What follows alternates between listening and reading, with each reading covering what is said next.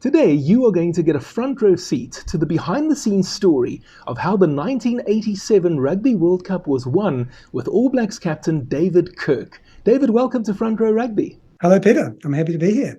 Now, before we begin our conversation, let's have a look at today's trivia question. Who was the leading point scorer at the 1987 Rugby World Cup? Now, if you know the answer to the question, you can put it in the comment section down below, and we'll also find out if David knows the answer. I'm pretty sure he does, but we'll see if he remembers the answer, but we'll do that at the end of our conversation. David, let's begin just before that 1987 Rugby World Cup began, the inaugural tournament. How excited were the players? Very excited. This was the first time we'd ever had the opportunity to genuinely show we were the best in the world. The All Blacks have often been the best in the world, not always, but they've never actually been given the opportunity to play in a tournament where they could genuinely say we're the world champions. David, it seems these days as if the All Blacks enter every Rugby World Cup as the favourites. To what extent was that the case in 1987? Well, it was unusual. I think there was the home advantage and there was the fact that it was the All Blacks. But we'd had a very disrupted build-up. In 1986, we lost our home series to Australia, and we went to France on the end of season tour in October, November, and we won the first test and lost the second test. So it wasn't an obviously well-established team that was going into the World Cup with favouritism. And in fact, there were a lot of changes. Probably 2/3 of the team that played in that 1987 World Cup were new players that had played less than 10 test matches. How were you feeling ahead of that opening match against Italy? Excited, actually. I mean, it was on a Thursday afternoon, midweek, and there was a very small opening ceremony. But the very first match in the very first World Cup was a very exciting thing to be part of. And I thought we would win, but it was a pretty new team. That team had certainly never played test matches together before. It was very dominated by the Auckland region, so I'd played with a lot of the players, but very excited to get on the field and get going in that first World Cup. And then you absolutely blew them away. Would you say that matched or exceeded expectations? Definitely exceeded. We didn't really know what to expect because, as I say, it was a new young team. We didn't know much about the Italian team. And we played really well.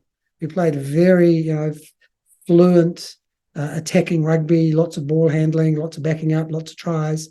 John Kerwin scored that magnificent try from one end of the field to the other. So, yes, definitely exceeded expectations. And then, of course, New Zealand were the co-hosts for that tournament. I'm curious, David, in terms of the way that the All Blacks did things at that competition, did you guys stay at a hotel or at a base camp together, or did you guys just go home at the end of the match? We stayed we were all together for the whole tournament. We had a sort of base camp type thing, or at least a training camp prior to the World Cup beginning. And then we travelled between games, and so we were staying in hotels throughout the tournament, except for one much talked about event when at the end of the pool stages, we went to Wairarapa, which is a rural country district just north and east of Wellington, where Brian Lochore, our coach, came from. So he knew a lot of farmers and a lot of people there, and we're all billeted out on farms for a night. So we had this sort of break while we sort of went back to basics and roots, and we just spent some time in the country and overnight with farming families before we headed off to Christchurch for the quarterfinals. That sounds like a lot of fun, actually. And speaking of fun, I'm sure it was a lot of that when you were busy thrashing Fiji and Argentina to wrap up the pool stages. How excited do you think the public were at that moment in terms of hosting the first ever Rugby World Cup? Oh, I think very excited. I mean, there'd been a lot of people were very upset about the Cavaliers tour to South Africa early in 1986, and there had not been there's just a lot of grumbling and a lot of unhappy people. But once the team, which was largely a new team, so it wasn't made up of those players so much who had been to South Africa, there was a good representation. But they saw the style of rugby that was being played, and the team felt more youthful. It felt like it was playing a very attacking, exciting style of rugby. And I guess people started to think, oh, we can win this World Cup. So they started to get very excited for the team and for our prospects in the knockout stages. David, I'm glad that you mentioned that 1986 Cavaliers tour to South Africa, because in many ways that is how you became the All Blacks captain. Tell us that story. That was a tour there was a rebel tour that went to South Africa. It wasn't sanctioned by the New Zealand Rugby Union.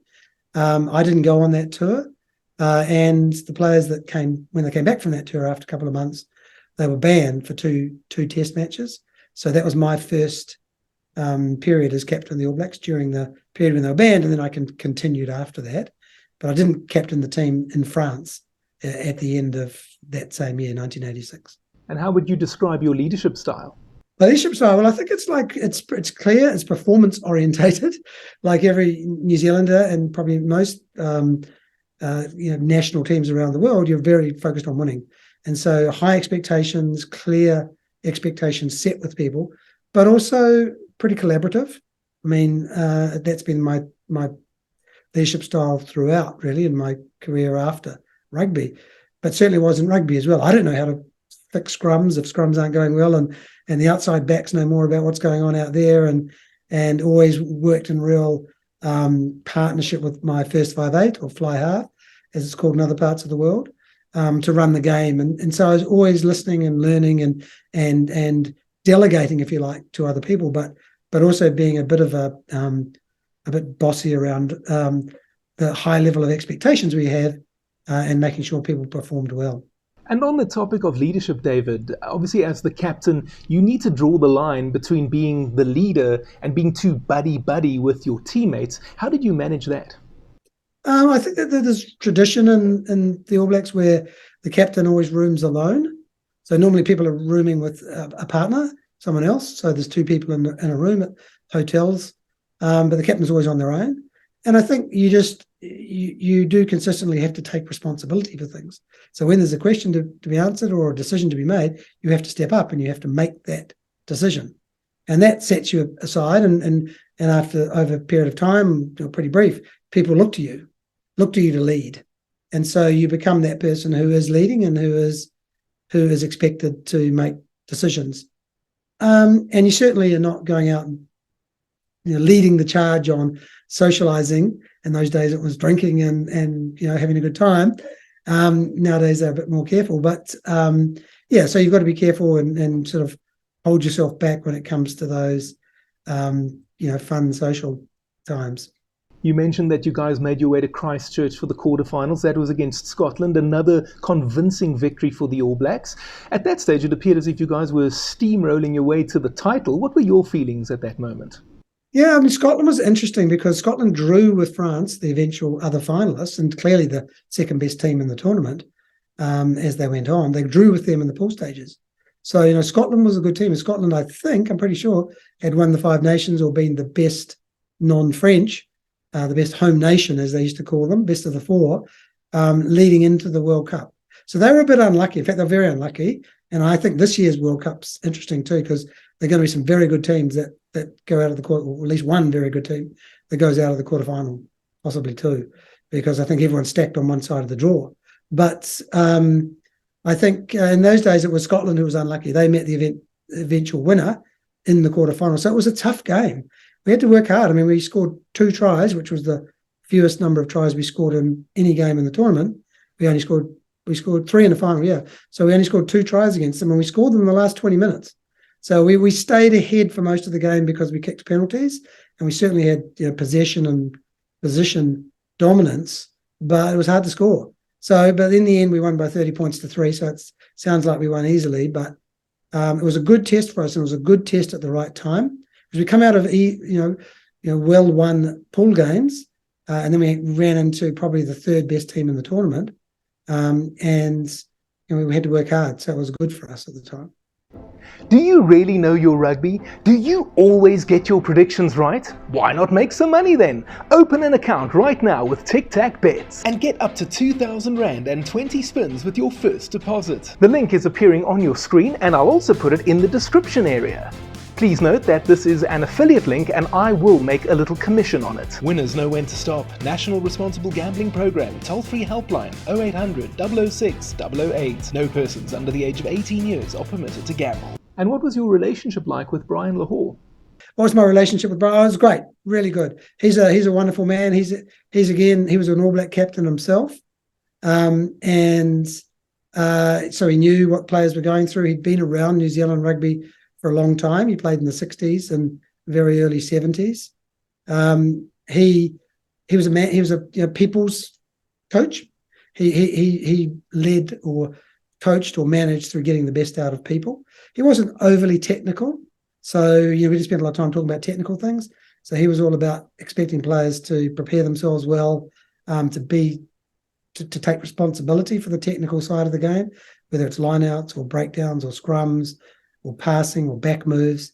And the players took responsibility for a lot of that, and it was his job to set expectations and standards, to manage the team and have the team well prepared, and to support obviously people when they had their own challenges in terms of form or injury, and get the best out of the team, which he did a great job of, and I found him great to work with.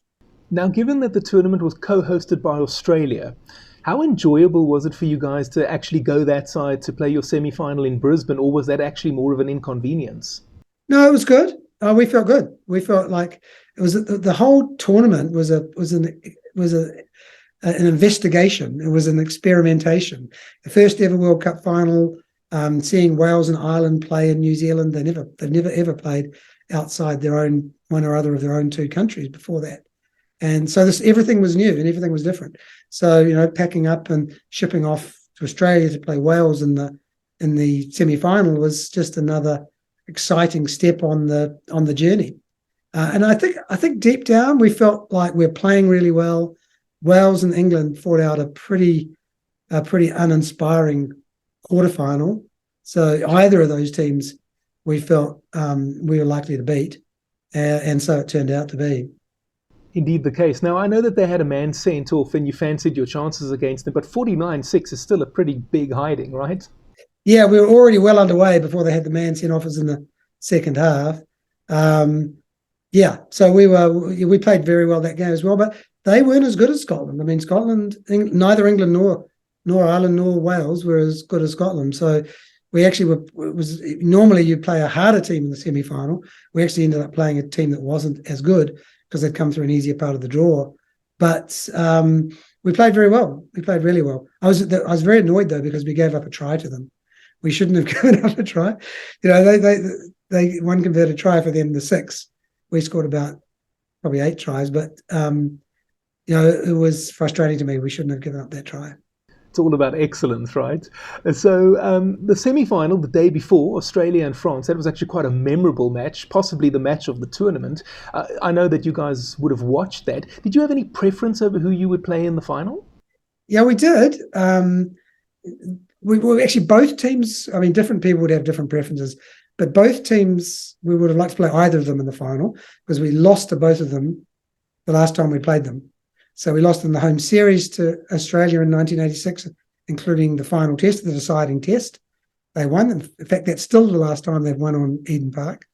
So I remain the last All Black captain to have led a team to lose to the Wallabies on Eden Park. And that's in 1986. Goes back a long way. So that was that. But also we'd lost to France in the final test in Nantes the previous year. So we sort of had scores to settle with both teams. I think in terms of, I don't think we had any view about which was the better team. I don't think we really minded who we played. Both teams had played well, but not, had not been dominating the way we'd been dominating.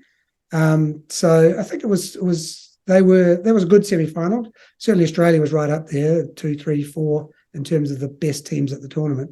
So we were happy to play either of them. Talk to me about the week building up to the final.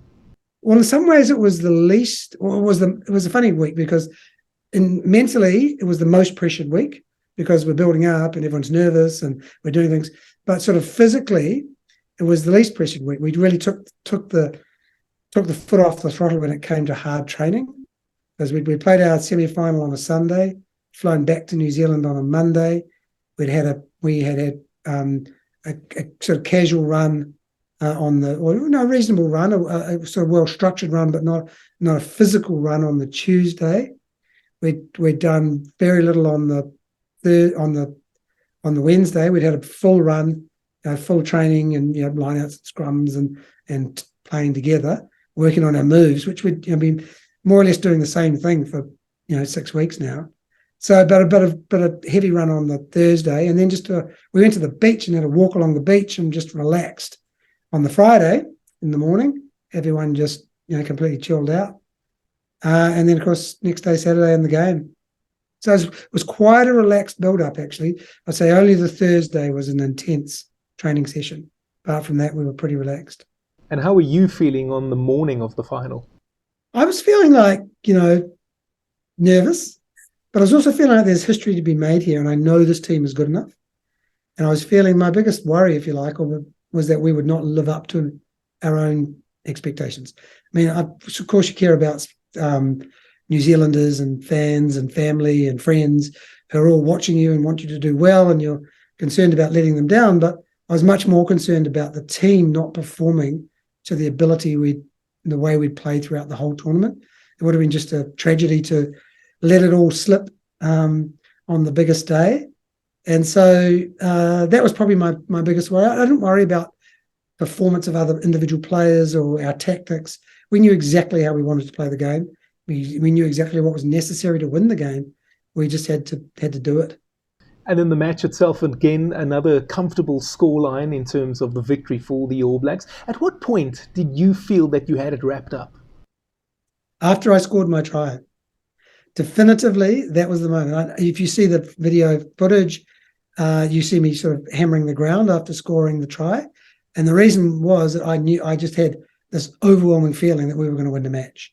But not to that point, because it was actually pretty tough. I think it was 12-6 at halftime. Or maybe it was 9-6 or something. It was close at halftime. We'd scored a converted try and a penalty, something like that. And so it was tight at half time, and we turned to play into the wind in the second half. So I was very adamant with the team at half time that this was about grind, and this was about doing the simple things well, and this was about eliminating mistakes. It was about making tackles and winning the breakdown. And we had to score first in the second half, because if they scored first in the second half and got in front of us or came with us, that would really boost.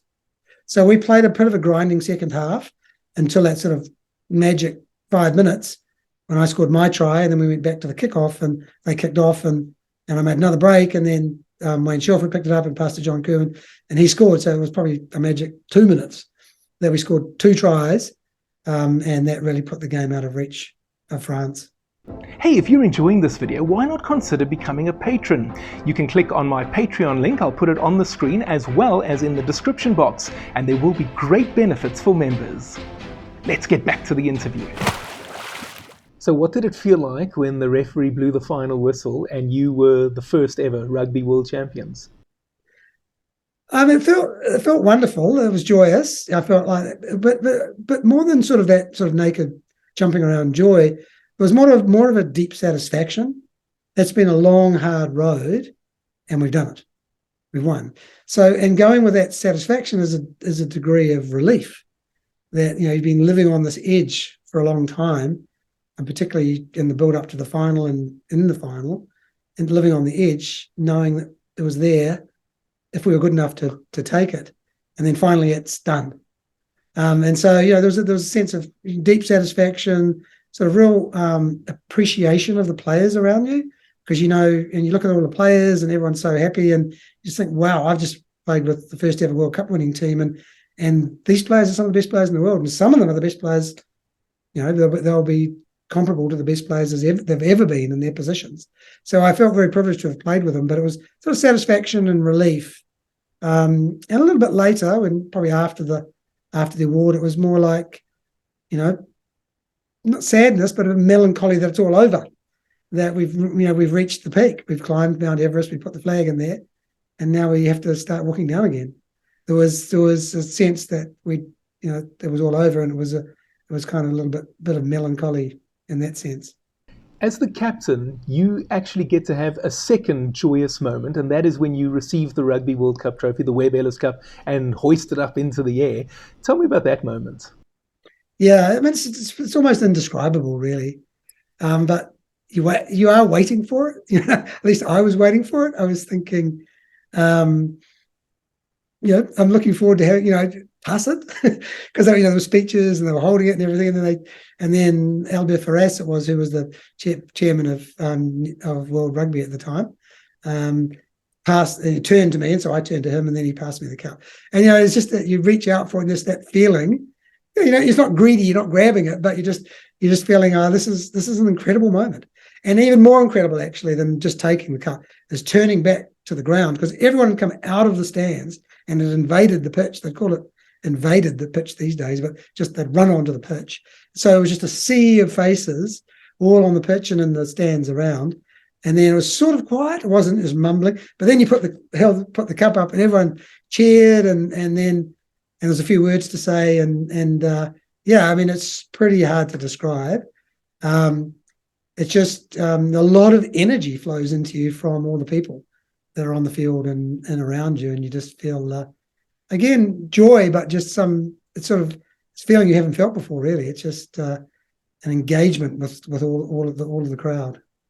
Now, there is a famous photograph of you with the Rugby World Cup trophy with a cut around your left eye. Do you remember how it got there?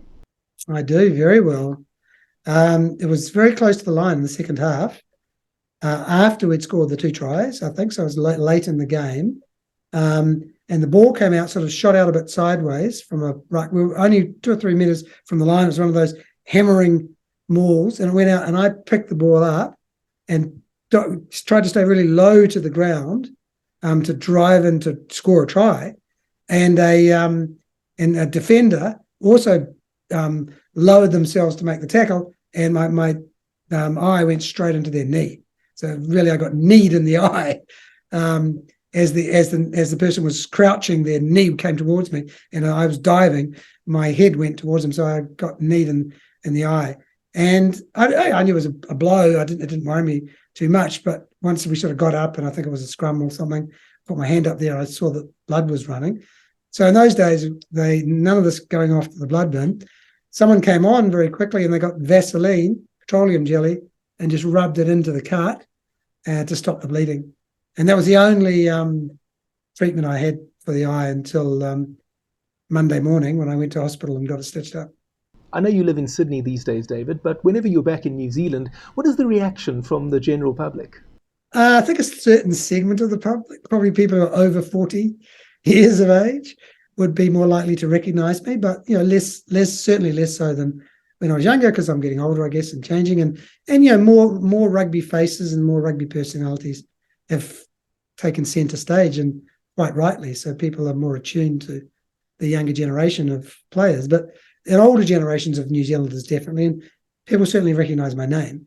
So if if I'm introduced or named, then people will associate that name with the All Blacks in the Rugby World Cup. And overall, how successful would you say was that 1987 Rugby World Cup? I think extremely successful. It set the World Cup on the path that it's travelled. And the next one, 1991, was in the UK. It was much bigger, it was much more commercial. But in terms of the management and the playing of a tournament, the quality of the rugby, and the kind of the joyousness of the crowds and the support, and there were quite a lot of people who travelled, not nearly as many as travel today, but there were quite a lot of people from the UK in particular who travelled, France as well, South Africans actually too, even though their team wasn't playing. So I think they just went there to be able to say, oh, we would, if we'd been there, we would have been the best in the world, to make sure they could say that from personal experience. But no, it was lovely to see them. People did come from all over the world, and it did kick off a genuine global tournament, international tournament. So I think it was a big success. And David, you mentioned the South Africans there, and I'd like to ask you, because there was a school of thought at the time that the All Blacks and then the Wallabies in 1991, that they couldn't really call themselves world champions until they had beaten the Springboks. Now, I've always thought that was disrespectful, because there's no way of knowing how South Africa would have fared in 87 and 91. They may have been knocked out in the quarterfinals. They may have been on the other side of the draw and lost in the semi-finals, etc., etc. But I'd be interested to hear what your thoughts are on that. Yeah, we would have loved South Africa to be there, but circumstances were such that it was not appropriate for them to be there. I think we felt a bit of a loss as well. We would have liked to have played them in the final or played them in the semi-final or whatever it would have been. I don't think anyone's ever felt diminished by the fact that they weren't there. They're obviously world champions. And I think the sort of global acceptance of the quality of, I'd say, both the All Black team in 87 and the Wallaby team in 91, they were very high quality teams. And you will remember, South Africans might not like to be reminded of this, but you will remember when South Africa came back into World Rugby, they came back, they did struggle a bit to get up to the level. They lost quite a bit. It wasn't until 95 that they really started to come through, and they obviously had a wonderful victory in that World Cup. So that's another sort of point of evidence, I guess, to say that they probably would have struggled to be at the level in the first few years coming back into World Rugby. So I don't think there's any particular feeling that, certainly not amongst the team I played for, that if South Africa had been there, we wouldn't have beaten them. All right, David, let's finish off with the trivia question.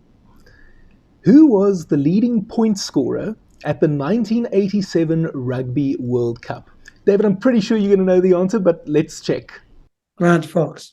That is correct. I was pretty confident that you would get it right, but one never knows. No, he had a great tournament. Grant was renowned for not scoring many tries because he was more of a general rather than the sort of really athletic fly halves we have these days. But he kicked lots of goals, drop goals, conversions, penalties. So yeah, he was comfortably, and we scored lots of tries. So he had plenty of conversions to kick. He played very well in that tournament actually throughout. David, it was an absolute pleasure to have you on Front Row Rugby today, and I really hope that we can have you on again in the future. Thank you, Peter. I've enjoyed being here. Thank you so much for watching. I'm going to put a playlist on the screen over here so you can go and watch other interviews with Rugby World Cup winning captains. I'm also working on a lot of Rugby World Cup related content, and I'll put that in a playlist over here for you to go and watch. See you next time.